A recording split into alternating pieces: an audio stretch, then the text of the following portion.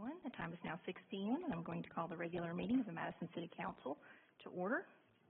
I'd like to ask Pastor Deborah Timmons from Asbury Church to come to the podium. Let us pray. Oh dear and merciful Father, we thank you for this day that you have made. We are grateful for the many blessings that you have stored upon us. Bless this council meeting. Bless the agenda. Bless, oh God, everyone that is gathered here, Lord. We pray that everything goes smoothly, Lord, and anything, any disagreement be done in a spirit of love. Bless us collectively and individually, we pray. Amen. Thank you, Pastor Timmons. Please join me in the pledge. I pledge allegiance to the flag of the United States of America and to the republic for which it stands, one nation, under God, indivisible, with liberty and justice for all. Roll call, please. Mayor Finley. Here. Councilmember Wroblewski. Here. Councilmember Spears. Here. Councilmember Powell. Here. Councilmember Shaw. Here. Council President Bartlett. Here. Councilmember Denzine. Here. Councilmember Seifert. Here. Okay, we have one amendment to the agenda. We're going to pull the item under the mayor's line item for this evening, and we have no other changes to the agenda. So the agenda is approved. We're going to next go to the minutes, 2023-03-RG, February 13th, approval of the minutes. Move to approve. Second. Okay, motion and a second. Any discussion?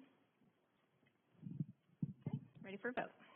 Councilmember Seifert. Aye. Councilmember Powell. Aye. Council President Bartlett. Aye. Councilmember Wroblewski. Aye. Councilmember Spears. Aye. Councilmember Shaw. Aye. Councilmember Denzine. Aye. Motion passes. Next, we have minutes from our work session number 2023-02-WS from February 15th. Move to approve. Second. Motion and second. Any discussion? Ready for a vote. Councilmember Shaw. Aye. Councilmember Seifert. Aye. Council President Bartlett. Aye. Councilmember Wroblewski. Aye. Councilmember Spears. Aye. Councilmember Powell. Aye. Councilmember Denzine. Aye. And the minutes are approved. We have two presentations this evening. The first one is from Warren Averett. I see Mr. White and Mr. Nelson here in the audience. Always good to see you. Would you like to come forward?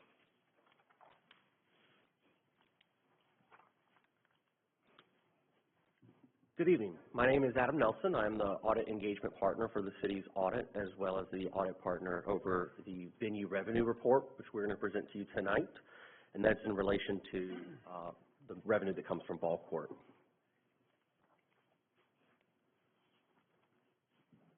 Is it on? Oh. There you go. There we go. Last time I was up here, I also had issues with the prompter, so 2 for 2 now. It's consistency. Exactly. To start, to give a little bit of background, as many of you are aware, back in 2018, the city entered into agreement with BallCorps regarding a master licensing agreement, which outlines some revenue flows. Herein, we refer to it as venue revenue, and then there's also a clause in there that allows the city the right to audit the venue revenue, and that's what we are engaged to do. Now, we are not engaged to actually do a complete audit. We are engaged to examine certain areas of the revenue and certain expenses. Therefore, we cannot give an opinion like we do over the city's financial statements, but we're going to go through what we did do and what exceptions we found. I'm not going to go through each of these in detail, but I'm kind of just going to walk through really a summary of what we did. BallCorps maintains something called summary sheets, which is a listing of all their non-baseball event items that contain the revenue number, the expense number, and then a calculated net income number. So the first step we do is we get this listing and we recalculate it to make sure all the totals add up and cross-add like they should. The next thing we want to do is we want to make sure this list is complete, that there's nothing that's been missing or left off this schedule. So to do that, we actually get all of the 2022 bank statements, and we haphazardly selected 5 deposits during the year and obtain the supporting documentation of their deposits. We then go in and we inquire with BallCorp as to whether they relate to non-baseball revenue. And let me take a sidestep. When I say non-baseball related revenue, we're talking about non-minor league baseball revenue. If it's related to, say, the baseball tournaments that Auburn does or some of the high schools do, that is considered non-baseball revenue in this term. So once we inquire with them, if they tell us, yes, in fact, it is non-baseball revenue, we verify that that is included in their summary sheets that they've listed.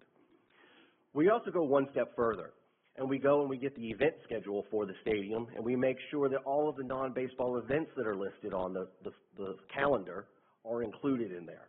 And when we did these two steps, we didn't have any exceptions to report. The next thing, now that we know we have a complete listing, the next thing we do is we go in and we say, okay, well, let's actually test the schedule. Let's see to make sure that what they're reporting is correct. So we select one event or one date from the following 4 events: the kids' day camp, movie nights, baseball tournaments, as well as the Christmas Spectacular. In addition to these that have multiple dates within them, the ballpark also hosts one-time events. And from this category of events, any of them that had a net income of $20,000 or more, we've selected all of them. For the rest of them that had net income of less than $20,000, we selected a sample of 3. So for each set of these, so from the 4 dates that we picked from the last slide and all the events from the one time that we selected, we obtained a detail of the revenues that totaled to what was on the summary sheet, and as well as the expenses. And then we made a sample of individual transactions and traced them back to supporting documentation to make sure they were appropriately supported and categorized correctly. When we did this procedure, we did not have any exceptions to report. One of the next main revenue streams comes from the base licensing fee, and that is in your quarterly installments of $62,500. We examined all 4 of those deposits that were brought into the city's financial records without exception. In addition, you have parking revenue that you received some money from, and that is all related to non-baseball events as well. We selected 10 non-baseball events and made sure that the parking revenue reported agreed to supporting documentation as well. Lastly, we looked at your performance license agreement fee calculation, and this is based on the number of game announced attendance over the whole season. So we obtained that listing. To make sure that listing was complete, we compared that to the amount of tickets that were scanned at the gates as well as sold in the ticket system. And the attendance number that was reported is the larger of those 3 numbers. So that would produce a higher revenue figure for the city. And that is the same number that was used by BallCorp in their calculation as well. So once we recalculated the amount without exception, we then obtained evidence of the payment from BallCorp to the city without exception and agreed the amounts also. Based on all of this, we are now able to report that based on our procedures we performed, we noted no variances in the dollar amounts reported by BallCorp related to the items we tested, and we found no significant deviations in what BallCorp reported to the city related to the subset of venue revenues that we examined. And with that, I'll open it up to any questions or comments from the council. Council, any questions? I know you also presented this at the Finance Committee meeting earlier this evening, so I know you had a chance to look at that a little further. I have one question with regard to your slide where you selected 5 deposits for the year. I think you said you selected them haphazardly. Do you mean randomly? Well, or they weren't the same as the ones you did before.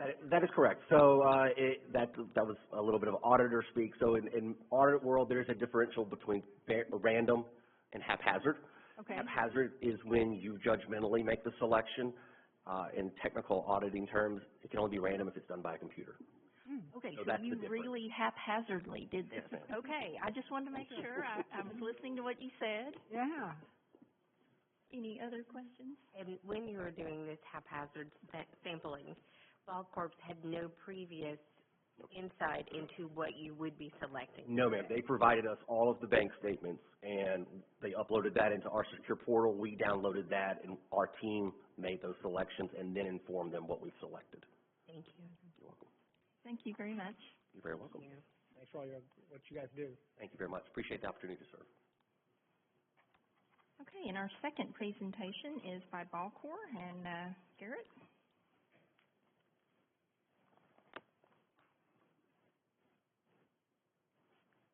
They'll get up there for you. Okay. All right, well, thank you everybody for allowing us to kind of take a step back and look at the year of 2022. Otherwise, we just be full steam ahead and keep going. So I appreciate this opportunity. First off, I'd like to start off with our mission statement. Our mission statement is to unite communities by creating positive and lasting memories, one experience at a time. That's what we try to do at Toyota Field on a daily basis. We make our decisions based on our core values, which are integrity, passion, innovation, teamwork, and accountability. And hopefully you see that every time that, that you come out to a game or a non-baseball event at the ballpark. We consider ourselves a community centerpiece. Toyota Field is a place to gather. You know, we're not a church, but we're a great place to go to after church on Sundays. We have 11 Sunday games this year. Even though during COVID we actually were a church, so we had, I think it was Summit Crossing that was out there every day. So, but we take this role seriously. You know, we have a lot of non-trash panda games, and there's some photos of some of those events that took place. This year we had, it's hard to say how many events we actually had, because we had some events were 45 days long this year, like the Christmas light show or the ballpark, big old ballpark fair, which is 10 days long, but technically that's only 2 events. We had a whole bunch of high school baseball games. We had a crawfish festival, beer wine festival, a whole bunch of events up in the stadium club. So there's something for everybody at Toyota Field here. So we had a whole bunch of high school and local college games. We had roughly a little over 20 high school games this year, along with Alabama A&M. Played a couple of games there against Murray State in Eastern Illinois. So we brought some folks down from out of the area into town. The high school games, you know, we don't charge the schools anything to play, which I think is rare in this industry. We like them to sell a lot of tickets so we can hopefully break even on these things, but it's something that we need to do with, you know, as being part of the community centerpiece that I was talking about before. But we did have one really big college game last year. We brought the SEC to town. We had over 6,700 in attendance for the Auburn game last season. When Auburn took on Tennessee Tech, had a nice comeback win, and took home the win over Tennessee Tech, and which started off their season on the way to the College World Series. Interesting fact about this game is we had a kid called, his name is Sonny DeShera, played for Auburn last year. I believe this game was in March, and he went on to the College World Series, and then after the season was over, he was drafted by the Angels and ended up playing as a trash panda for the last 2 months of our season. So that was pretty cool story there. All right, and then we had the Toyota Anniversary Concert. Interesting combo for the concert was Big and Rich, and then Flo Rida. So we had country and rap, or I guess, I don't know what kind of type of music it is, but Boots with a Fur, I believe, is the famous song by Flo Rida. But they helped us celebrate Toyota and all they do for our communities as well. So we went from rocking out to chilling out to the Artemis Splashdown event. We were contacted about seeing if they could use the biggest TV in Madison to watch the Splashdown event. And we had, you can see some photos up there of some probably rocket scientists and some future rocket scientists up there. But it was a great event. Brought in a whole bunch of people from out of the area to come watch this that have never been to Toyota Field before. So it was a really cool event. You can see everybody was bundled up. It was cold, it was raining, but people still came out. So it was a really cool event. And once that Artemis landed, it almost sounded like it was a walk-off homer. The crowd just erupted. It was a really cool experience having that here. So now we go from splashdown to touchdown. There we go.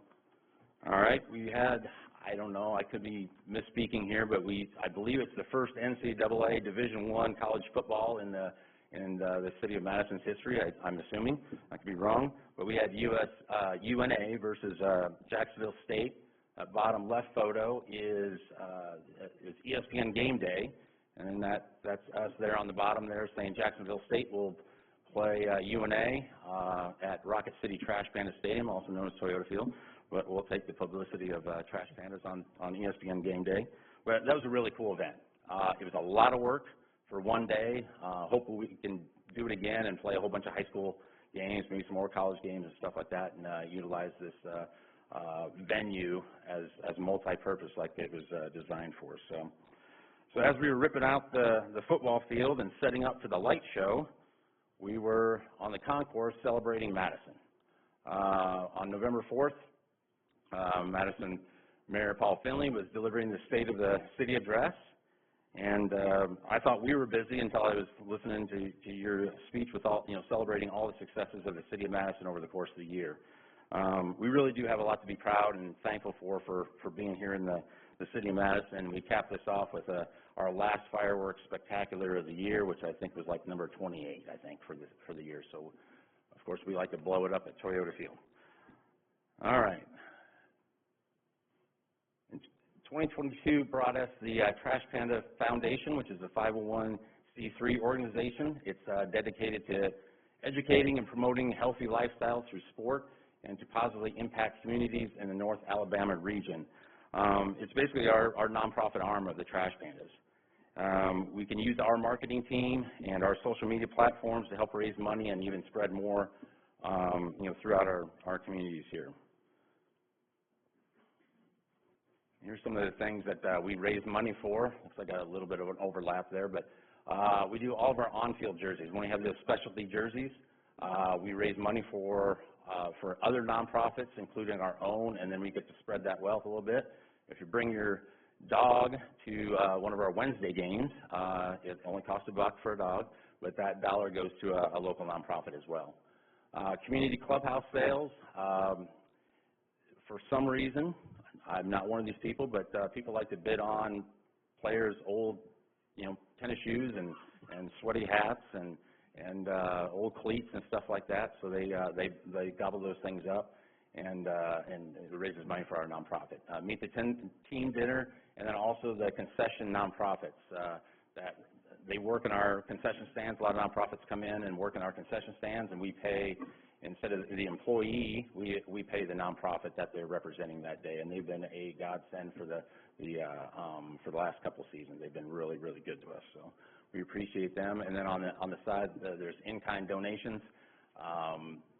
We have a lot of different events. We have food drives at the ballpark. If there's somebody that's asking for a donation, we'll put a basket together for them, whether it's tickets or autographed baseball or whatever that is, so we can go and they can go and auction those things off and get people out at the ballpark at the same time. So, all right. As I was writing this, I couldn't believe it was true, but this was our first full season. The ballpark's going on its 4th year, but this is actually our first full season of baseball. And we were really blessed to have a great team on the field this year. We do like to throw a party every time the Trash Pandas are in town. So we can't control whether we win or lose, but what we do try to control is whether they have a good time or not. That's always our goal. Here's some stats here of some of the on-field stuff. The Trash Pandas finished with the most home wins in all of minor league baseball. We won the first and second half division titles, and we had 8 former Trash Pandas make their Major League debut this season. Chase Silseth, Luke Murphy, and Eric Torres combined for a first no-hitter of Trash Pandas history. Chase Silseth is one of those 8 that made his dream come true of making the big leagues this year. 14 out of the top 30 Angels prospects finished the season in Madison this year. Manager Andy Schatzley won the Southern League Manager of the Year. You can't see that down there, but Madison native Charlie Weaver, Bob Jones graduate, was the minor league baseball, all 120 teams, groundskeeper of the year. So we are I'm really proud of that one. He was my first hire. Even before I moved here, I interviewed him when I was still out in California. So I was really proud of Charlie, and it's just that much sweeter that he's a Madison Bob Jones graduate. So, all right. So once we kind of finished up all the light show and tallied everything up for the whole entire season, BallCorps payment to the city this year, direct payment from us to the city was $1.403 115.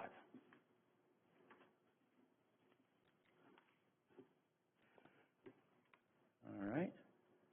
We're not done yet. We're looking forward ahead now. We have 2023. We have 69 home games again. It's right around the corner, April 6th. They'll be coming into town. We've got 27 fireworks shows scheduled right now, so we'll probably do more than that this year, but that's what's scheduled. We'll be home again on the 4th of July and Memorial Day weekend. Some new additions that we didn't do last year. We just had our Auburn and UNA game last week, which was a great turnout again for a February game. I think people were a little scared of the cold, but they came out. We had about 5,500 this year. And March 28th, we got Alabama coming to town against Middle Tennessee State, and I'm expecting a big crowd for that. And we have a new event. It's called Smoke in the Outfield Barbecue Festival. We haven't even put tickets on sale, but I think we have 25 entries already for the big barbecue festival that we'll be having at the ballpark this year in August. Big old ballpark fair is coming back here in March, so that'll be coming up. And we did some shuffling around with our catering and events team. We really want to beef this up. You know, before I said we got really good at doing baseball games. Now we want to continue to do great at baseball games, but then really utilize this to the facility to the full extent. You know, we hired 2 full-time chefs, and we hired a full-time catering sales manager that can go out and actively fill that stadium club. Hopefully, we've talked to some concert promoters and stuff like that. So we're really trying to push this now and see if we can make this even better. And our motto for the last couple of years is have a blast. So that's what we're looking to do. We definitely did in 2022, and we appreciate everything from the city and all the North Alabama, Southern Tennessee Valley. So we appreciate everything. So any questions? Council? I had one pop into my mind, and you may not know the answer, Garrett. When I was the McDab liaison, we looked at bringing the Miracle League to this area, and I'm wondering if that could be a possible partnership. Yeah, we're been approached, or? Where I was at in Fresno quite a few years ago, we built our foundation built a Miracle League field. Yeah. So absolutely, we'd love to. Have you been approached yet, or we haven't actually? I think it was 2020. Before COVID, maybe it's 2019, our front office staff went out to the local chapter here and played. They have one in Huntsville. We're hoping to bring one here. Yep. Okay. Yeah, we'd love to. I'll get Karen the contact information from the previous guy. Awesome. All right, thank you. Yeah. Any other questions? I have a couple.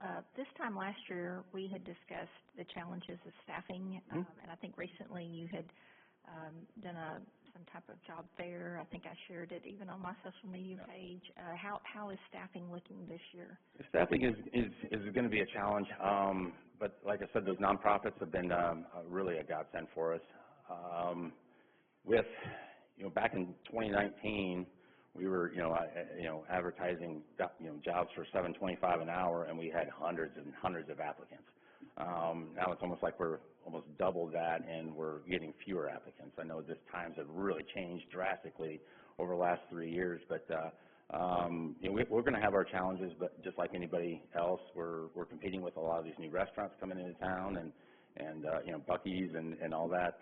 But we have some great returning people, and which is the base of what we're doing, and we're coming up with ways that maybe we don't need as many employees in certain spots too. So. Okay, and then the final amount, the slide that you had of $1.403 million.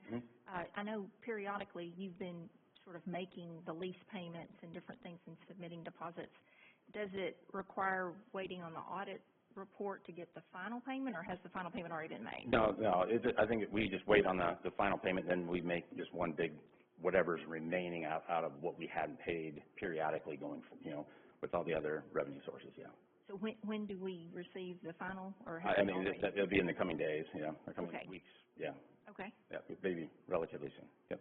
All right, that's all I have. I just say thanks for your all's hard work. You guys, it's every night almost there, and you've got a great team, and thanks for all you're doing. As you said, it's a community venue, and it continues to be that, so thank you. And look forward to many years of this, and hopefully we can improve on these numbers every year, so that's our goal. All right, Thank you. Thank you so much. Great presentation. All right, now we will open up for public comments. All comments are limited to 3 minutes.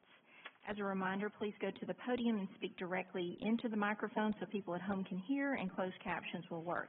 First, state your name and your council district or neighborhood. You no longer need to state your home address. Address your remarks to me as the City Council President. The Council will not enter into dialogue at this time. This section of the agenda is for you, the public, to inform us, the City Council, about your views. If you have questions, we will ask staff to address them at an appropriate time after the meeting. We've had one comment card come in from Bernadette Mayer, so we'll let you go first.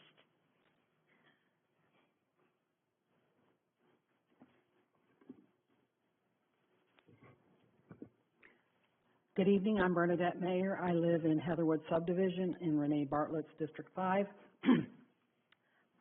I've got a summary thing, and I'm not going to have time to get through everything because I only have 3 minutes. But on the work session, I read thoroughly the work session notes, and the video, I guess, will become available when you guys do it, although I do want to comment that it would be nice to have all those work sessions archived versus just sporadic. Okay, so on the work session you had, on the community center, there was some progress input on that, but I'm really concerned about how Madison Visionary Partners is structured and how that's all working within the city, because I do think that there's kind of some following of other cities structuring things, and how Madison Visionary Partners has the Madison Chamber under it, and you know, it just doesn't seem to make sense about how things are structured with Madison Visionary Partners to me. So that's my concern. I've also addressed this in a previous meeting too about Madison Visionary Partners. So also on the work session, the capital improvement projects, I do appreciate all the economic development things that were on there. I am a little bit concerned about the fact that some of our road improvements are tied with, the city of Huntsville is doing these things and we need to kind of tie in with them. Well, we should have that in our plan, and Slaughter Road, of course, isn't on one of these things, and Slaughter Road does have a three-way partnership, as Ranae Bartlett is aware, that'll be probably started maybe next year because it's going to be over a 2-year funding of the 3 entities. Capital improvement, I guess everything is kind of on there. It's kind of unclear on some of the funding things and how the budgets are being worked on. Oh gosh, I'm really going to be out of time soon. Between the capital improvement projects and the huge city debt that we have. And on the lighting things that's being done, being voted on tonight, you know, we have that over $5 million Noresco loan, and can some of those lights be purchased under that loan, or is that Noresco loan specifically for the street lights? And I've talked about phase 1, how much of that's been used, what's going on with phase 2 and 3, how was the Musco sports lighting, how was that set up, and how was that vendor chosen, whatever. So obviously I'm out of time, but that Ms. Bartlett has a summary of the rest of the items that I had I do. Thank you. On what I wanted. So thank you. For your comments. Is there anyone else who would like to address the council? Please come forward.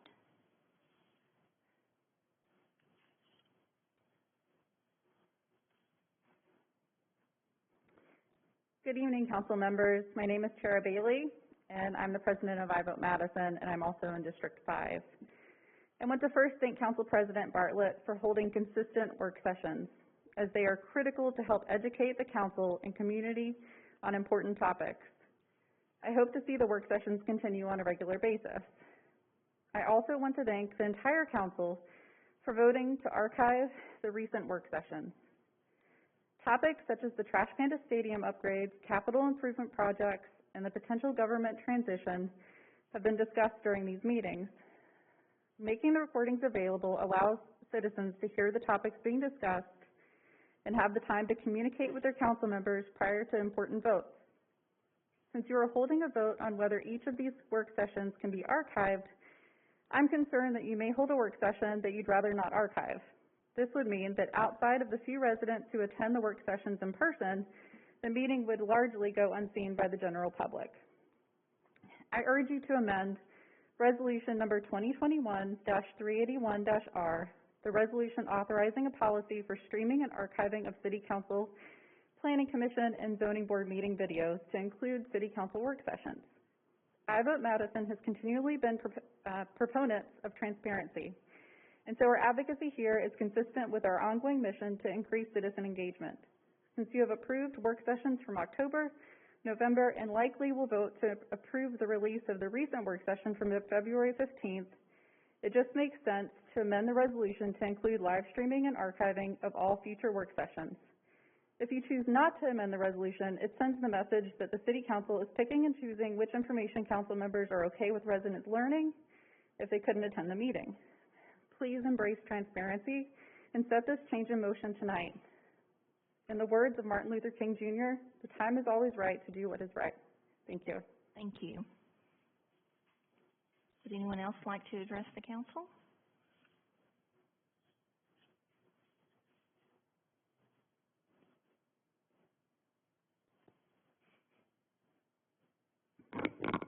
Jennifer Ho, Ashley Estates, District 5, Council President.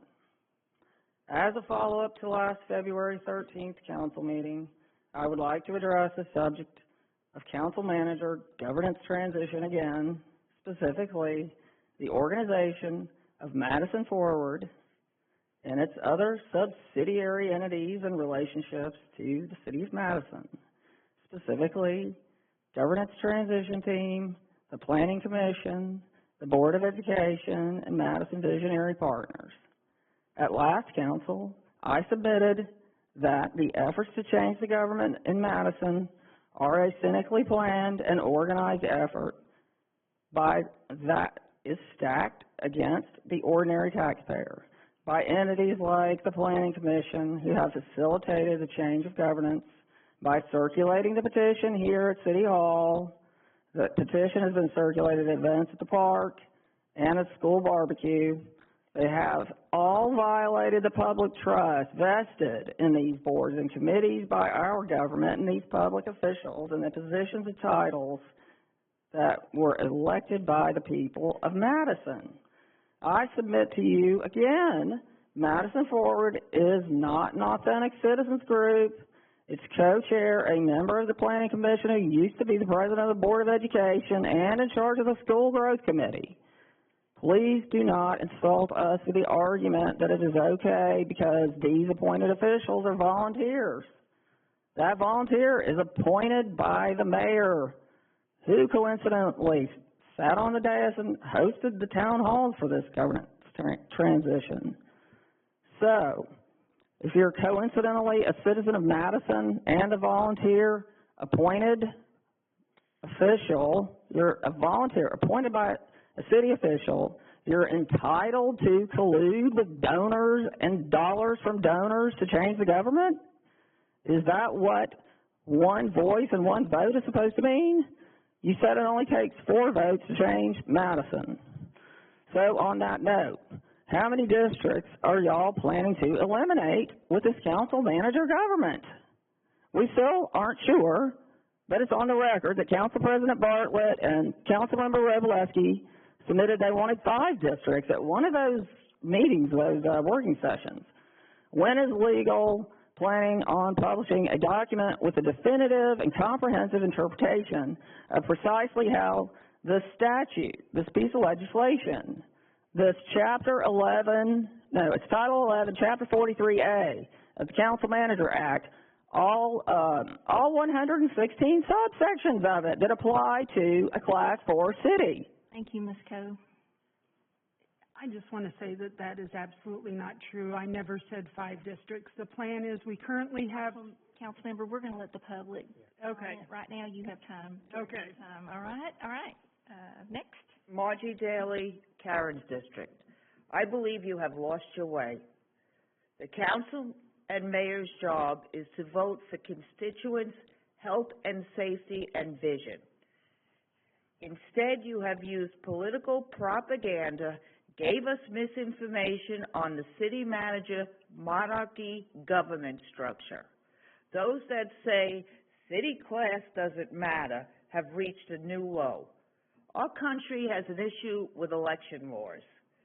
Our Alabama voting machines are vulnerable to the internet and Bluetooth. That's on the public record in the court system. 1717(5) is election law. It defines paid or non-paid political appointees and state employees.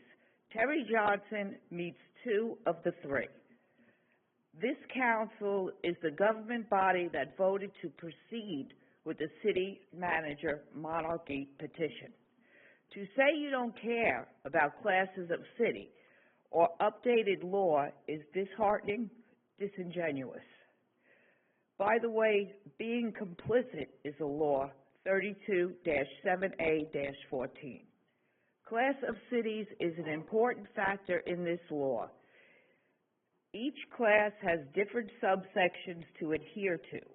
The council willingly brought in classes 6 and 7 cities and led the people to believe we would have the same. It's an impossibility. With this law, everything changes with the city's class. Voting is the bedrock of our nation. City manager takes away our vote on the person who runs our city. Our officials have a duty to we the people. The mayor's CEO is for us to elect, not the current council to select in perpetuity. Claiming you're just not part of the process is nonsense. You voted on the hand-picked transition team recommendation to push this forward. Then got appointees, flunkies, realtors, bankers, developers, and those who receive our tax dollars as incentives through government contracts. Your benefactors will continue to reap the benefits of our tax dollars. Those that gain in political status or financially, if we allow the current officials' status quo. Your flunkies state they will say anything to get a signature. Petition should be rejected. It doesn't represent citizens. Redistricting, 2.5 years? How can our future candidates get ready to start campaigning when you're pushing redistricting to the last minute? Redistrict now. It was up to the council to bring us honest information on its government. Your time is up. Thank you. Vote no to the king, monarch, city manager. Would anyone else like to address the council?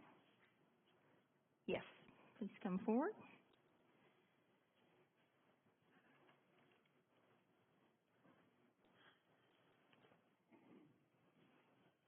Good evening, Mayor, Council, Ms. Bartlett.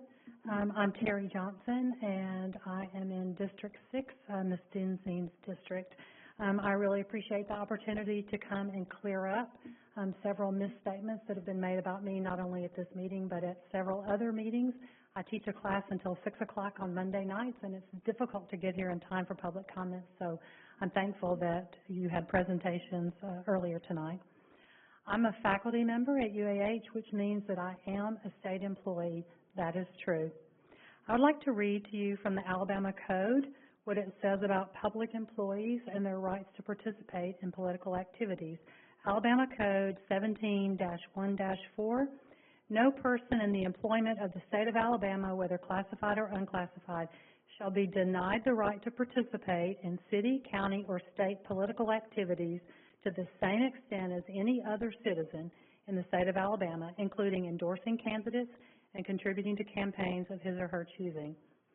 All persons in the employment of any city, county, or state shall have the right to publicly support issues of public welfare, circulate petitions calling for or in support of referendums, and contribute freely to those of his or her own choosing. Clearly, this states that I have the same First Amendment rights as anyone in this room. I'm allowed to share my position on council manager the same as anyone in this room. I've been specifically accused of violating 17-17-5. You just heard that. And here's what this says. No person in the employment of the state of Alabama, a county, city, or local school board, or any other governmental agency shall use any state, county, city, local school board, or any governmental agency funds, property, or time for political activities. So does this mean if I reserve a room at the Madison Public Library and use their public microphone, I'm using a microphone right now, in fact, I'm on public property, if I use a microphone and use their projector to discuss the transition to a council manager form of government, and if there are petitions in the back of the room, does that mean I'm violating the law? No, it does not. Just like when you read the Bible and you got to be careful to take things out of context, if you take part of the Alabama Code out of context... Dr. Johnson, I'm going to have to stop you for just a moment because we have a member of the audience that is interrupting and making it difficult for me to focus on what you're saying. So I'm not going to call your time just yet because I need to have order in the council chambers so that we can allow this person to get to speak uninterrupted like everyone else. You can proceed, and I'll add a little bit of extra time because I had to interrupt your time clock. Sorry. I'm almost finished. When you read it out of context, you might not understand exactly what that means. First of all, political activities are defined in the statute to be those in support of a candidate or a ballot initiative. Petitions are excluded from that because there is no ballot initiative until it gets on the ballot. Second, when it says no person shall use, no state employee shall use government property, this refers to the property under the employee's care and control. That means I can't use the microphone at work. I can't use my classroom to distribute petitions. It means I can't do things, political activity, with property under my control. It does not mean I cannot use the microphone at the library. It doesn't mean I can't walk on a public street with a petition. So I just wanted to clear that up and state that I would never violate the Alabama Ethics Code or any criminal statute. Thank you. Thank you. Is there anyone else who would like to address the council? Please come forward.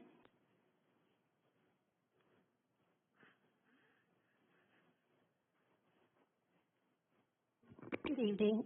I'm Heather Morgan. I live in District 5, and I'm speaking as Vice President of I Vote Madison. It's different from what Tara talked about. And this is a little all over the place tonight. I didn't have time to polish. But as we move toward this special election, we have some concerns, and one of those big concerns is just a lack of some important information.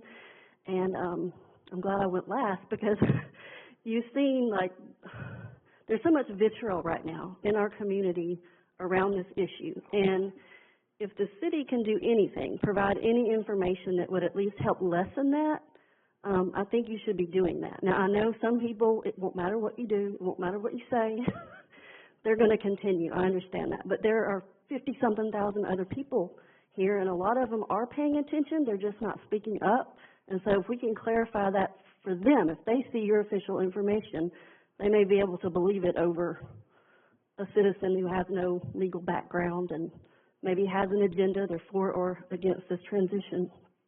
And we know the mayor said you were going to, the Mayor Finley said he would be providing more information as this moves along, and so we're excited about that, and we are happy that you did provide those town halls because those were very informative. But we hope, or our request is that in providing that information, we would like you to create a web page that contains all of the resources on it, so it's really easy for citizens to go to that page. We have one on ours, but we think people would rather get it from the city. They don't want to have to go through a private organization to get it. But feel free to use ours as a base because we have lots there. And then also in that information, a clarifying statement on what has been mentioned by other people, what those exact laws are. The city attorney has even said this is very confusing.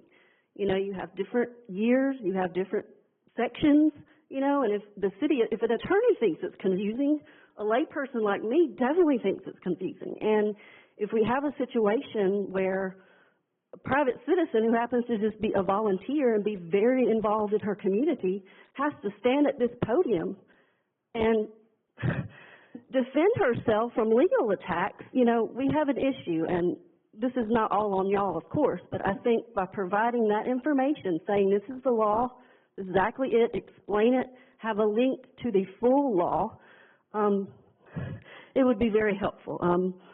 The defamation is crazy. I vote Madison has been assumed of taking money from you, taking money from Madison Ford, and taking money from MVP. So, yeah, if all of us can do anything to lessen that, I think it's good. So, thank you.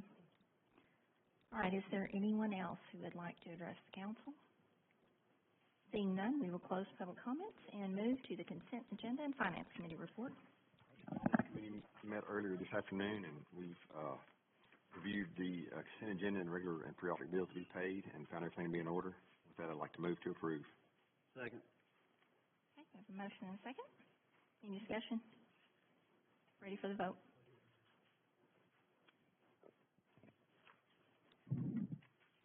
Councilmember Seifert. Aye. I think it was Greg. Sorry, Greg. Councilmember Shaw. Aye. Councilmember Powell. Aye. Council President Bartlett. Aye. Councilmember Wroblewski. Aye. Councilmember Spears. Aye. Councilmember Denzine. Aye. Councilmember Seifert. Aye. Didn't change it. Didn't change it. I stayed consistent. You did. It got easier after you got past me and Greg, right? It did. And the motion passes. Does anyone want to highlight some of the items on the? I was going to roll into mine if you want me to just go right ahead. Yeah, so I'll go into my presentations, and I'll start by, again, in each one of these we have community partners that council funds. The ones that were on there tonight, the Community Free Dental Clinic, the Land Trust of North Alabama, Madison Beautification and Tree Board, the Madison City Community Orchestra, and the National Children's Advocacy Center are all outside appropriations that were funded through this and on the consent agenda. And again, we thank you guys for that. You know, one of the neat things that happens in our community is people get involved in specialty areas. This council, the city, isn't, while we want to take care of everything and everybody, we simply aren't capable of that. And so many times these organizations step up and make a major positive impact for our community in areas that enhance people's quality of life. And so we thank them for what they're doing.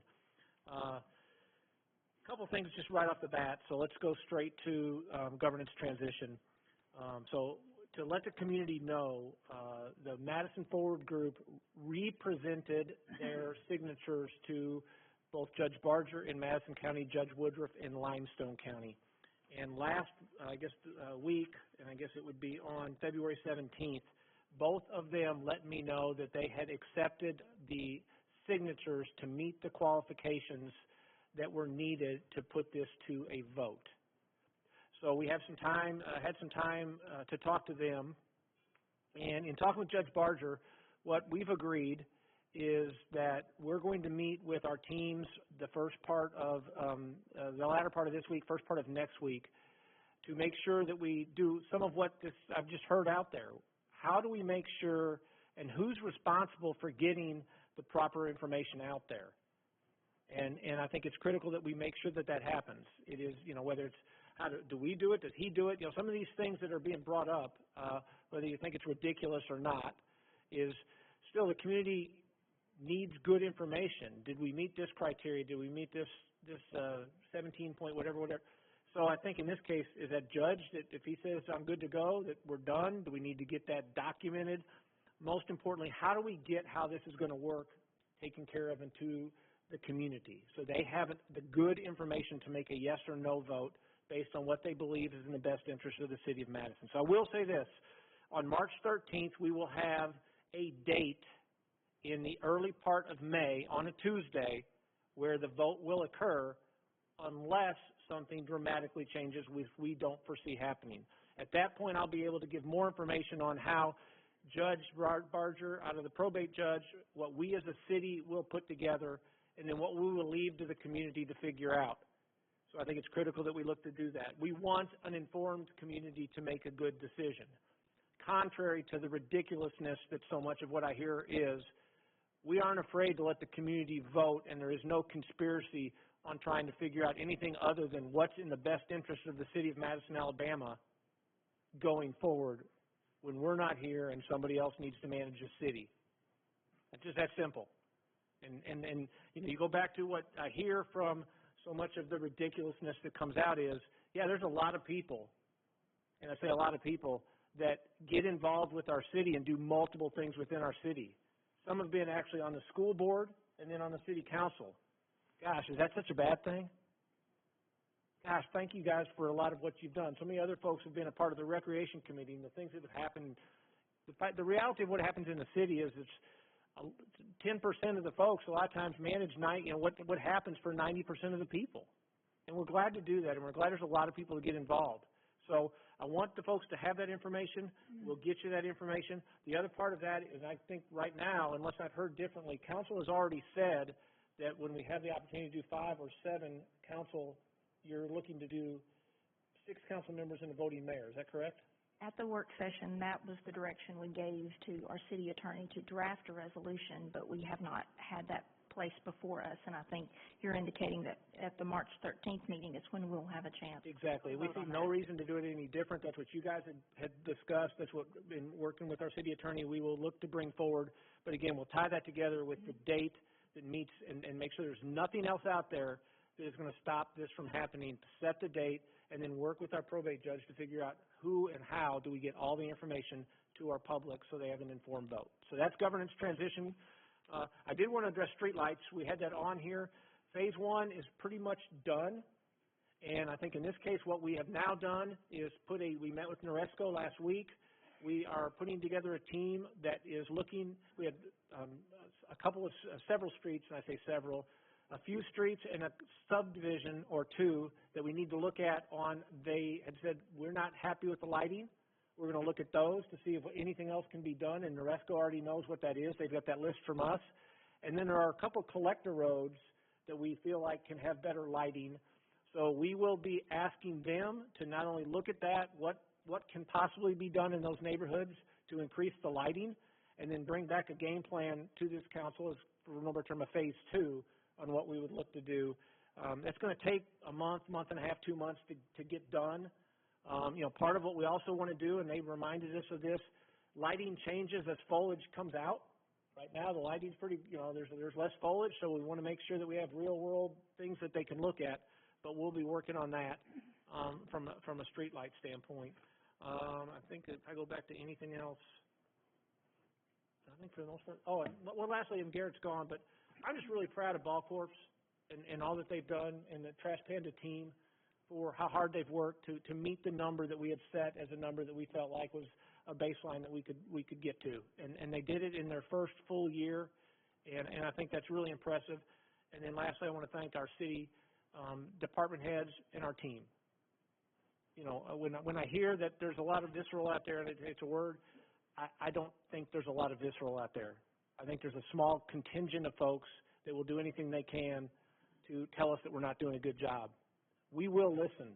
I want to remind this community that I have 2 hours every 2 weeks set aside for it to come talk and get real information, not made up, let me throw it up on the wall and see if it sticks information to build whatever I want to build.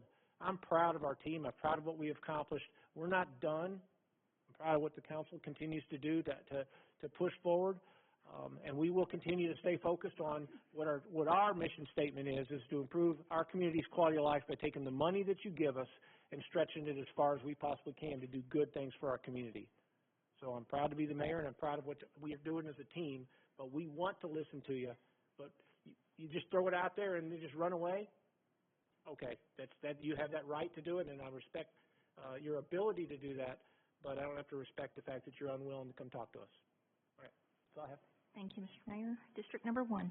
Yes, ma'am. Well, not to beat a dead horse, but I'm going to also say that no one ever said 5 districts. No one ever said 5 districts. If it passes, it will be 6 districts and a voting mayor. If it doesn't pass, it will stay the same as it is. So the number 5 never came up. I just want to clarify that. I also want to clarify, and I'm not going to be able to say it as eloquently as Councilmember Powell said it a couple of weeks ago, we are impartial on the government transition issue. I have been asked my opinion, and I've not shared my opinion with anyone else. We are totally neutral. What we are doing is we are responding to a petition. If anyone had brought a petition with regard to any kind of change in our government, we would do the same. So we are totally neutral, and we are just following the guidelines of the law. So I just want to make that very clear, and I'm going to step off my soapbox now, and I'm going to bring to you Resolution 2023-089-R. And the Finance Committee met February 13th, 2 weeks ago. We did a deep dive into these job classifications and pay grades. Mia and Kelly are here should you have any questions. They sent out the email about a month ago. I followed up with it a couple of weeks ago. We have 7 positions that are going from a grade 3 to a grade 4. These are historically difficult positions to fill, lifeguards and crossing guards. It's just hard to beat, you know, the restaurants and the other retail that is paying so much more. So we, the HR committee met, we unanimously approved this. It's going to be such a benefit to several departments. And so with that, I make a motion to approve Resolution 2023-089-R. Okay, we need to clarify the number. You're reading the one. You read mine instead of yours. Oh, I sure am. I'm sorry. Yes, it's 2023-080-R, which authorizes changes to the job classification plan, and this is through the HR department, and this impacts many departments, building, public works, police, recreation. And so with that, I make a motion to approve. Second. A motion in a couple of seconds. Yay. All right, any discussion? Seeing none, let's have a vote. Councilmember Wroblewski. Aye. Councilmember Spears. Aye. Council President Bartlett. Aye. Councilmember Powell. Aye. Councilmember Shaw. Aye. Councilmember Denzine. Aye. Councilmember Seifert. Aye. And motion passes. Great. Anything else, Maura? Yes, thank you all so much for that. So I wanted to give everyone a ReadyFest update. It's kind of a good news, bad news situation. Bad news is the weather was really bad, which for our weather preparedness weekend is somewhat ironic. We only had probably 100 to 120 adults there with their families, but I do have a lot of people to thank. Thank Council President Bartlett, who came and spent about an hour with me, and we had great interactions with our community. Chief Gandy was there for the police department. Chief Bailey was there for the fire department. Gina was there with engineering. Public Works was there. And just want to thank the many vendors. We had a ton of prizes to give out, including a really nice safe, weather radios. Our vendors really responded, and we really appreciate them for being there. EMA was there. Like I said, Madison Fire and Rescue, a lot of different organizations. They had a special discount on tornado shelters, which was really cool. But the one person I'd really like to thank is Steve Perry. This program started with the LDS Church on Slaughter Road. They're very civic-minded, very weather-minded. It kind of outgrew their church, and so the city at first partnered the first couple of years, and then we took it over kind of as they were ready to hand it off to us. And Steve was just invaluable. I mean, he just worked very hard, and I really appreciate everything he did for the event. Then on another note, Councilmember Spears, Council President Bartlett, and the mayor and I attended the Washington update with Senator Tuberville, and it was very interesting to get his update on Space Force and, as he called it, the shenanigans going on in Washington, and really appreciate the opportunity to hear him speak. The Friends of the Library sale went very well, raised $1,600, which will go into the summer program for children for the summer reading program. Just want to give a shout out to Janetta Wilson and her team of volunteers. We'll have another sale in the fall, and I'll let you know when that's happening.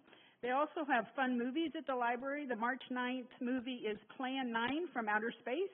From 1957, aliens attack the Earth, and it looks like a really fun movie, so mark your calendar for that.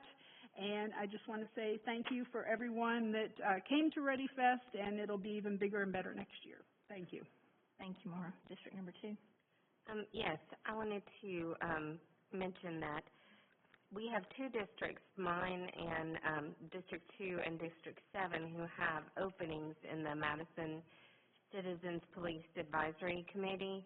If you are in either District 2 or 7, please consider volunteering for that, and we look forward to seeing your applications. Today, amongst all the other things that Maura listed, today the mayor and I were at a groundbreaking for Kids to Love. And that, even though Kids to Love is located technically in Huntsville, it's off of Slaughter Road, and so it's very, very close to Madison, but we have children who benefit from the programs there. And it is a very, very special place. They have, the groundbreaking today was for a mental health clinic for foster children. And I just wanted to say how grateful I am that we have such a wonderful organization so close, and one that is willing to help our students and our children too. Thanks. And that's all. Thanks. District number 3. I just have two things. First of all, you know, with what's going on with the, I guess the governance transition committee and that type thing, facilitators. That's the word. That's what we do. We're facilitating that. Okay. That's our job. That's what we got voted to do. That's what we're going to do. We're all going to have separate opinions. I'll keep mine myself. I hope everybody else does. We don't, you know, interject into that. But again, that's their right. But that's our job. So we're going to do that. And I respect both sides, and I hope both sides can respect each other because, you know, we are Madison, and we're better than a lot of communities. And we need to keep that in mind, you know, when we talk to each other. And this day and age, it doesn't really hurt to be kind. It takes a lot more energy to not be kind than it does to be kind. So let's just do that. And secondly, so I don't venture out much, but I did go out to town Madison this past weekend. My wife and I went out to eat, and you know we're out in an area that when I came on council was a bunch of dirt. And so now I can go out there and I can have a nice meal with my wife, and you know, it was just kind of cool to do that. But what was even better is that the people sitting on either side of us were not from Madison. They were from outside of other communities and had driven to Madison to spend their tax dollars in our city. So, you know, I'm grateful to the past council and this council and look forward to see what that can be. That's all I've got. Thank you. District 4. My only thing is we have Board of Education applications are open, and they're open through March 8th. So if you're interested in being on school board, please get your application into the city clerk's office. That's all I have. Thank you. District 6. Okay, first I'd like to thank Mayor for going forward on the lighting on behalf of my constituents. They're all very happy with it, so thank you so much for doing that. Also, the Madison Street Festival. It is now time for sponsorship. We are in full swing in our drive. It's a great opportunity for local businesses to partner with Madison Street Festival to create the fun. It's free to the public event. All the information is on our website under sponsorship. The sponsorship drive ends April 1st, and vendor registration opens May 15th. We already were back to doing our planning thing last week. We're all excited. The festival is October 7th this year. So it's first Saturday of October, but there are lots of opportunities for sponsorship yet. It is an excellent crowd. For those that aren't aware, it's 35,000 people. It's just, if you want to get your name out there, please come and be a sponsor. The next thing is Kids to Love. I was so sorry I couldn't make it this morning. It is an amazing organization. I'm so proud that we sponsor them and that we do so much for them. And just want to give it a shout out for that. Tomorrow night is the Police Advisory Committee. They're talking about how to make up a complaint, and they'll go through all those steps. So that's at the Madison Library tomorrow night. And that is all I have. Thank you. Can I ask Karen a question? Sure. Hey, Karen, are you going tomorrow night to the advisory council? Yes, okay. please. One of the things that we want to make sure that we support, if there's a time when another department, for what, you know, not so much just police, but the citizens advisory coming in, if there's another department that you would like to see there to support police with what's going on there, just let us know, and we'll try to make that department head available for discussion. Okay, that's a good idea. What would it be, but just to make sure. Yeah. Okay, thanks. Yeah, and to piggyback on what you said, there are opportunities if you want to be involved, but this year is also the year that 2, 4, and 6 will be up again. They were 2 years to begin with, so their seats are going to be open. So I don't know, is it May? Is it this summer? I forget the exact date. I'll get that for you though. I think our city attorney, it's April that they expire. It's April? Oh, okay. Well, that is really soon. All right. So if you're interested, no, serious, this is a great committee. We are looking for new people, and it sounds like a lot of places will need to be filled in April. So that and the school board. If you're interested, please get your application in. We want as many people who are interested in being involved with the school board to bring your knowledge, to bring your experience to the board. And that's all. Thank you. Thank you. District 7? Yeah, just to add on or pound on, the Police Advisory Committee, we got an opening in District 7. Please let me know if you'd like to serve. That's all I got. Okay, thank you. And for, under my line item, I have resolution number 2023-090-R, authorizing video archiving from the February 15th council work session. Move to approve. Second. Okay, we have a motion and a second. Just to address the comments I think we heard earlier this evening about archiving all work sessions. We actually discussed that at the last work session.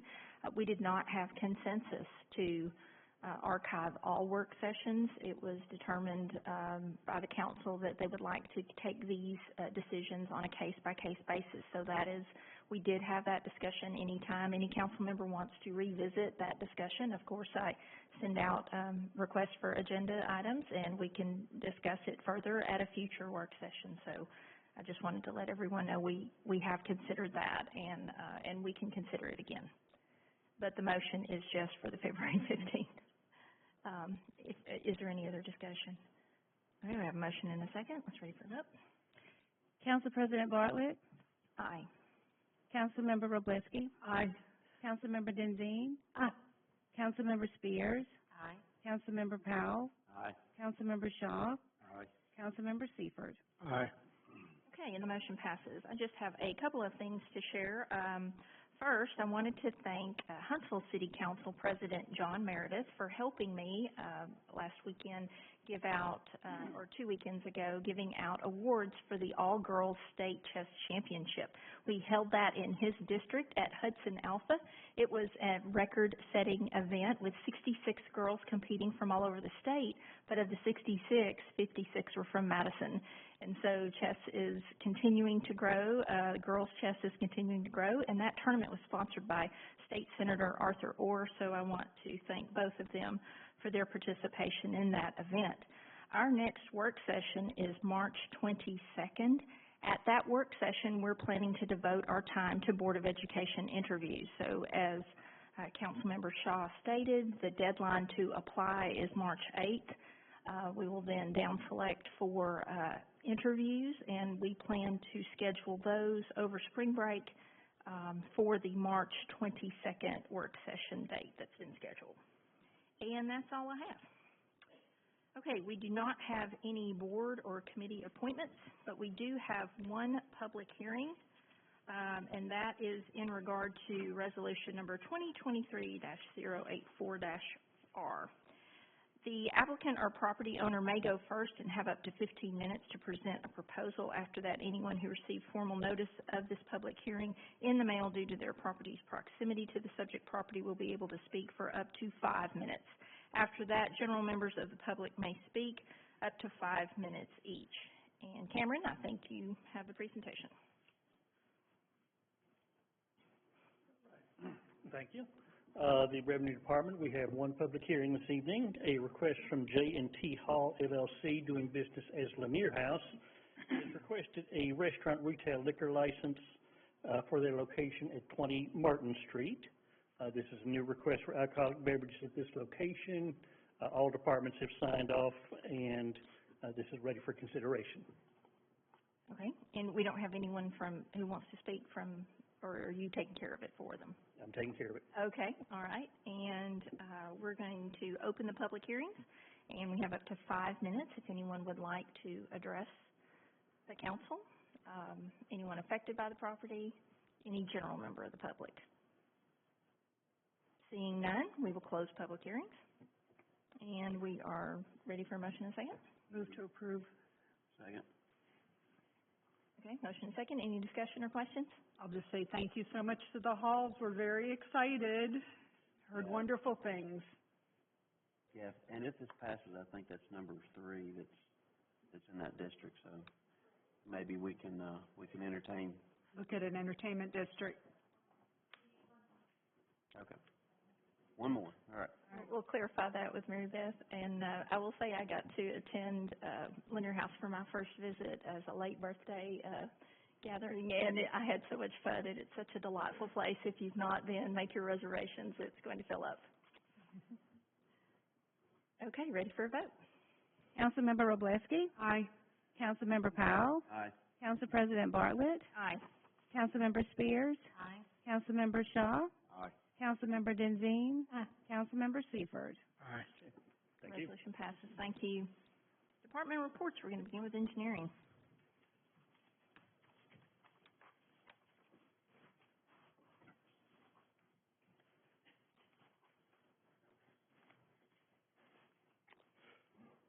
Where's everybody? Everybody's importance right here. Very good. You need 4. All right. First I have resolution number 2023-056R.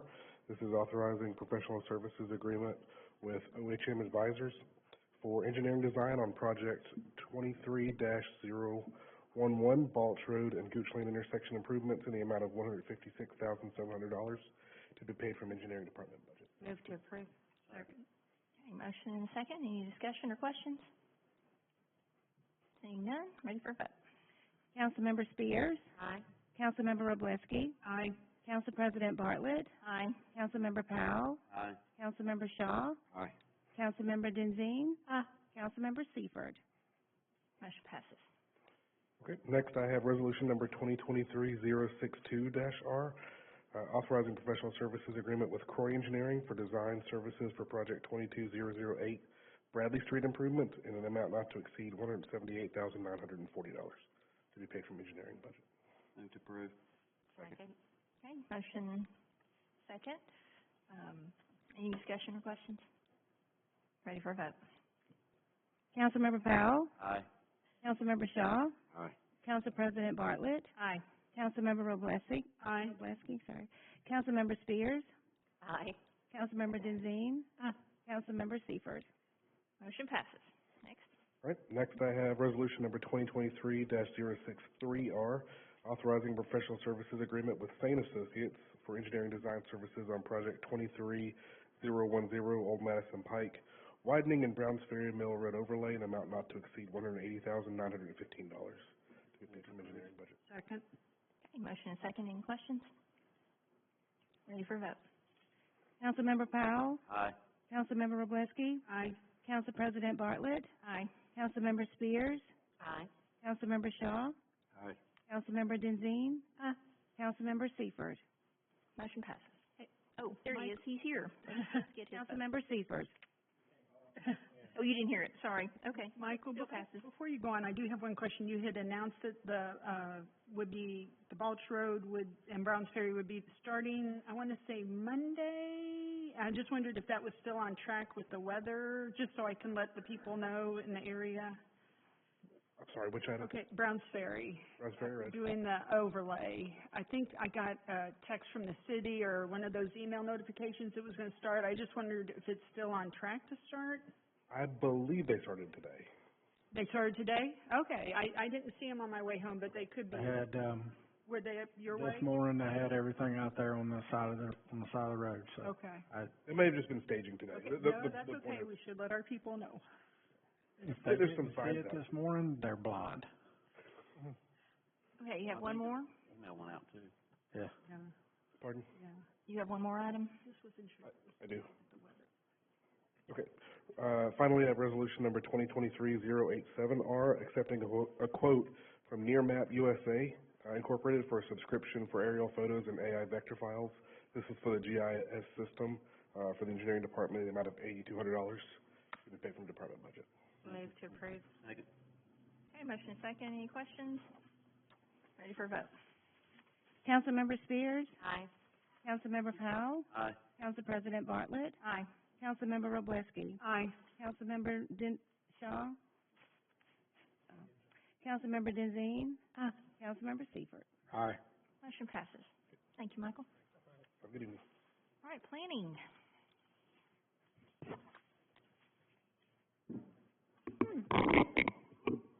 There we go.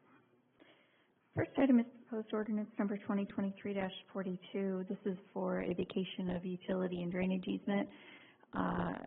You can see it there on the screen. This is at Halsey Foods, and it's west of the building, essentially behind the building, and runs along the railroad. You can see that red strip there. They're adding a cooler unit to effectively the rear of the property, and so they asked to vacate this. It's been signed off by all relevant entities, so we're asking for your approval. Move to approve. Second. Motion second. Any questions? I got one quick question. Yes. So does the railroad have to get involved in this, or have they? No, it's not on their property. Thank you. Okay, ready for a vote? Councilmember Spears? Aye. Councilmember Powell? Aye. Council President Bartlett? Aye. Councilmember Wroblewski? Aye. Councilmember Shaw? Councilmember Denzine? Councilmember Seifert? Aye. Motion passes. The next item is proposed ordinance 2023-79, and this is for vacation of a portion of utility and drainage easement in the rear yard at 219 Coach Lamp Drive. And you can see there the home outlined, and the hatched area behind the home is where they want to put a pool. And a good portion of their rear yard is in the utility and drainage easement area.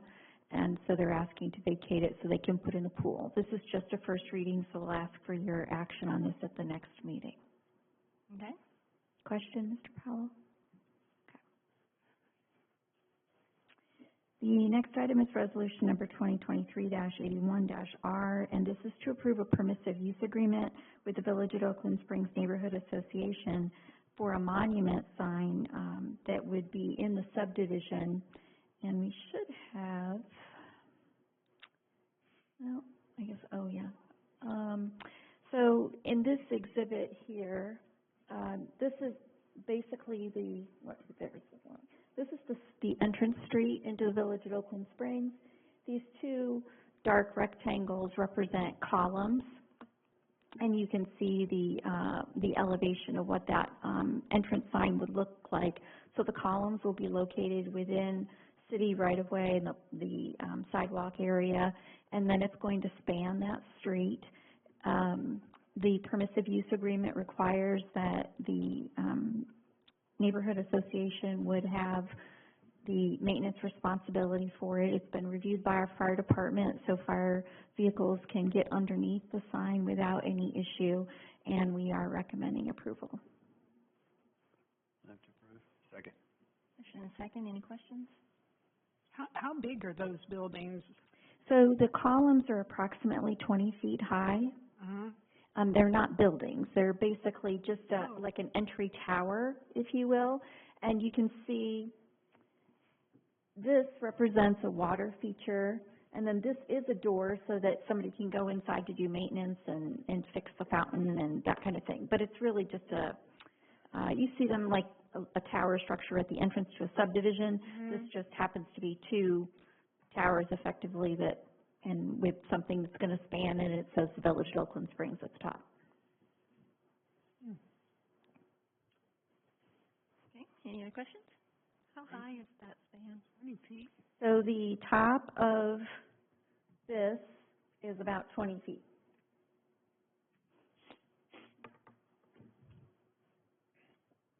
So there'd never been any problem getting equipment underneath it or anything like that? We did run this by the fire department. That would be the issue that, you know, the primary issue, and the fire department was okay, it's high enough, it meets their clearances. Okay, good. Any other questions? Okay, ready for a vote? Councilmember Powell? Aye. Councilmember Shaw? Aye. Council President Bartlett? Aye. Councilmember Wroblewski? Aye. Councilmember Spears? Aye. Councilmember Denzine? Aye. Councilmember Seifert? Aye. Motion passes. The next item is resolution number 2023-82-R. This is also a permissive use agreement, and this is with SS Madison LLC, and this is at the Avenue, which is the apartment project on Sullivan Street. And I'm going to just go back. So right here you can see this is Sullivan Street. This is the traffic signal at Kaiser and Shorter. Currently, the Avenue has a monument sign right there at the entrance. They're wanting to put an additional monument sign that would have tenant identifiers. So this is their existing sign that you've probably seen if you've driven on Sullivan Street. And so this tenant monument sign is what they're requesting. It's actually going to be located on private property. However, the city has utility easement over that area. And so because of that, the council has to approve this permissive use agreement should you desire to. I'll point out that the sign has received approval through the Planning Commission. This particular area has an overlay district, and so the signage goes through the Planning Commission. And I didn't mention it, but the Village at Oakland Springs sign, they have a master sign plan that also went to the Planning Commission. So the sign has been approved effectively, pending your approval to allow it within the easement. Move to approve. Second. Any questions? Does the property owner have any objections since it is on private property? So the Sealy Company, SS Madison LLC, the apartment project, it's on their property. Okay. Yes. Good deal. And so this permissive use agreement requires them to maintain it, even though it is on their property, it's within our easement. Both permissive use agreements give the city the right, should we need to, let's say, go in and do utility work to remove that sign. We don't have any legal obligation to replace the sign, either of them.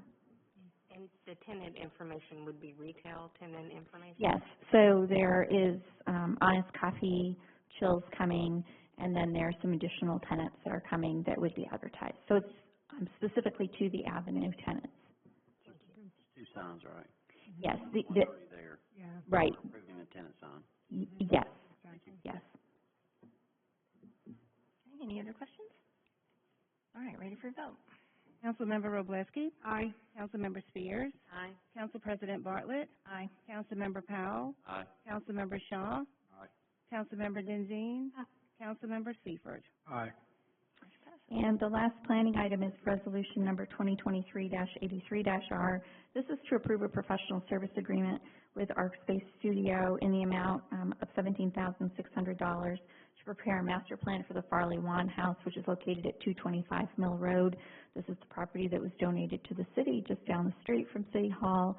And what this architectural firm will do is have somebody do a structural evaluation.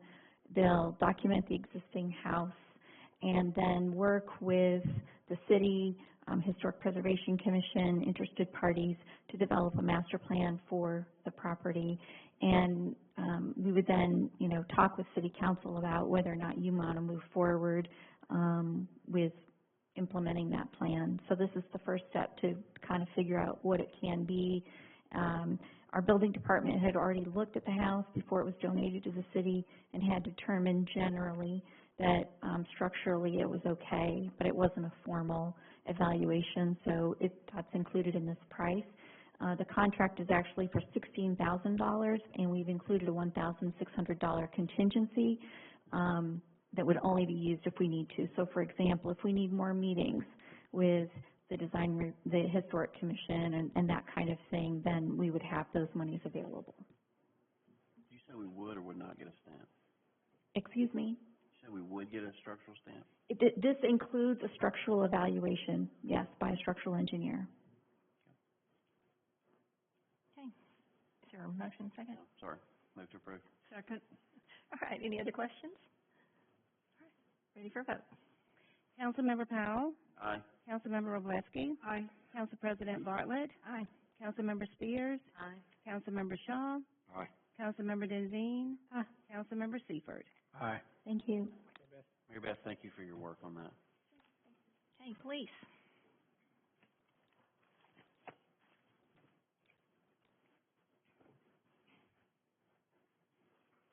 Hello, everyone.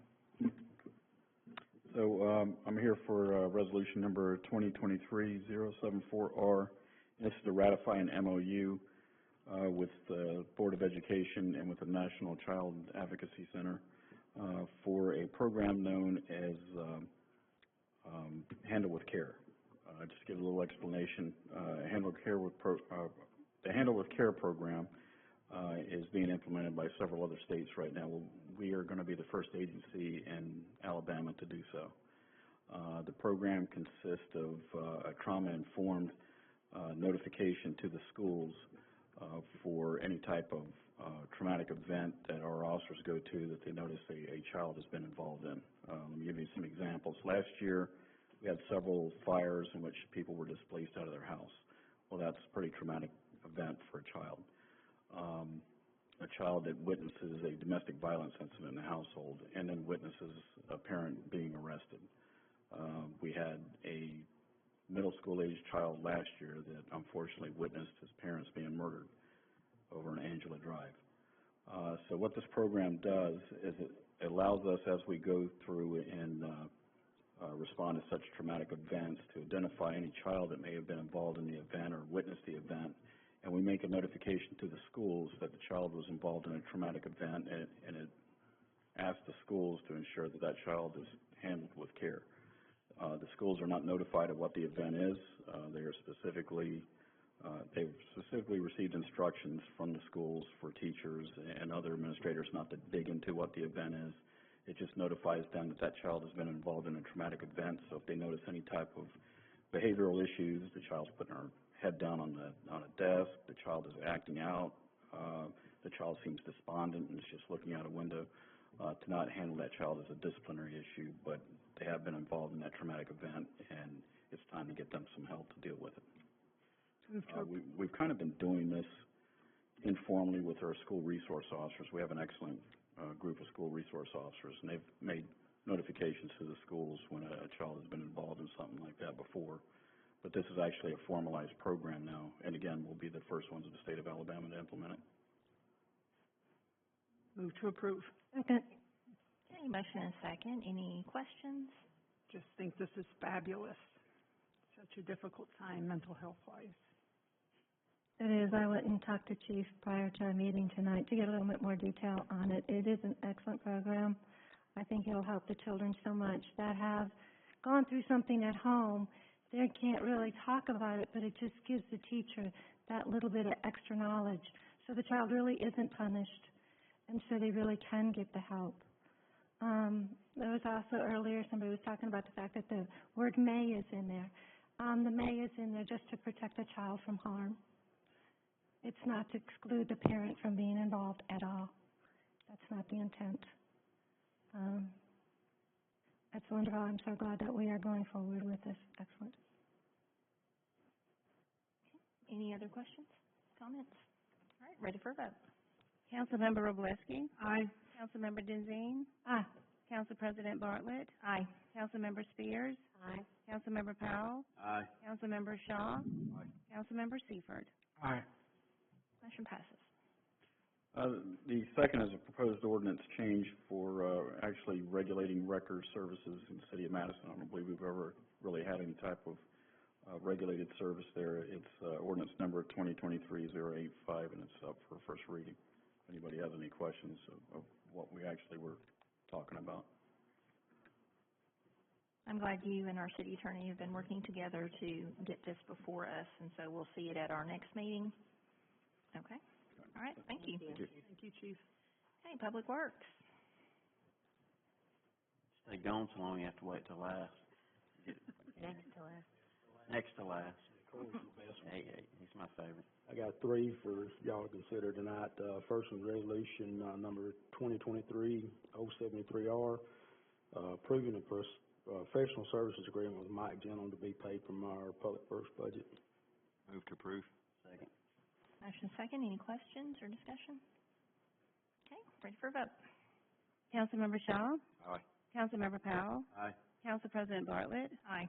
Councilmember Wroblewski, Aye. Councilmember Spears, Aye. Councilmember Denzine, Councilmember Seifert. Aye. Motion passes. Second one is resolution 2023-093R, the acceptance of the bid for the 2023-001 ITB for the gravel and aggregate stone contract. Rogers Group was the low bidder this time, $1,136.25 per ton to be paid for the public works budget. Move to approve. Second. Okay, motion and second. Any questions? You said it was a low bidder. How many people bid on this? How many businesses? There's only two qualified Two? in our area, yeah. 56% increase from 2020 when we bid. 56? Okay.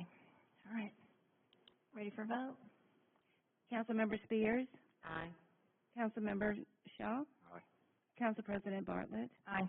Councilmember Wroblewski, Aye. Councilmember Powell, Aye. Councilmember Denzine, Councilmember Seifert. Aye. Motion passes. All right, our last one is, proposed ordinance 2023-094, to authorize a joint purchase agreement with, Madison County to utilize each other's bids. It's the first reading. Commissioner Harroway and myself are trying to do anything we can to combat the rising cost of material that we use daily. So if we can help each other on any of that, it'll help us on it. So. Do you have anything coming up that we need to suspend the rules for? No, sir. Thank you. Thank you, Ken. Okay, thank you. Recreation. My favorite person. Good evening. I have resolution number 2023-077-R, authorizing purchase of lights for hexagon pickleball court lighting from Musco Sports Lighting in the amount of $85,800. Last meeting I came asking for additional funding for this project. This is the actual purchase of the lights that would light the pickleball courts. This one and the next one, the next two items, or the next item, the pricing will go up March 1st, so we want to purchase these tonight. Move to approve. Second. Okay, motion and second. Any questions for Corey? Teddy. Who's second? Do you? Okay. All right. Ready for a vote. Councilmember Powell, Aye. Councilmember Spears, Aye. Council President Bartlett, Aye. Councilmember Wroblewski, Aye. Councilmember Shaw, Aye. Councilmember Denzine, Councilmember Seifert. Aye. Motion passes. My second item is resolution 2023-078-R, approving purchase of lights for the hexagon softball fields that are out there in the amount of $206,900 from Musco Sports Lighting. Move to approve. Second. Okay, any questions? I was out there earlier today, actually, and it seemed like there were already a lot of lights out there. Are those being replaced or added to? What is that? Yes and no. The softball lights will probably use the same poles, and just replace the actual lights with LED lighting. Okay. And then the pickleball courts, I don't think the poles will be usable. They'll have to start pretty much from scratch. Okay. Thank you. Any other questions? Ready for a vote. Councilmember Powell, Aye. Councilmember Seifert, Aye. Council President Bartlett, Aye. Councilmember Wroblewski, Aye. Councilmember Spears, Aye. Councilmember Shaw, Aye. Councilmember Denzine. Motion passes. Thank you. All right. Any other miscellaneous announcements? I think we should get Lisa like a city coin, so when there's two seconds, she can flip that coin. Yeah. Make it easy. We'll put your picture on one side and Connie's on the other. And haphazardly decide who gets to have the second instead of Just ruined you, didn't it? randomly. I thought, what? Okay, all right. So no other announcements? Entertaining a motion to adjourn. Move to adjourn.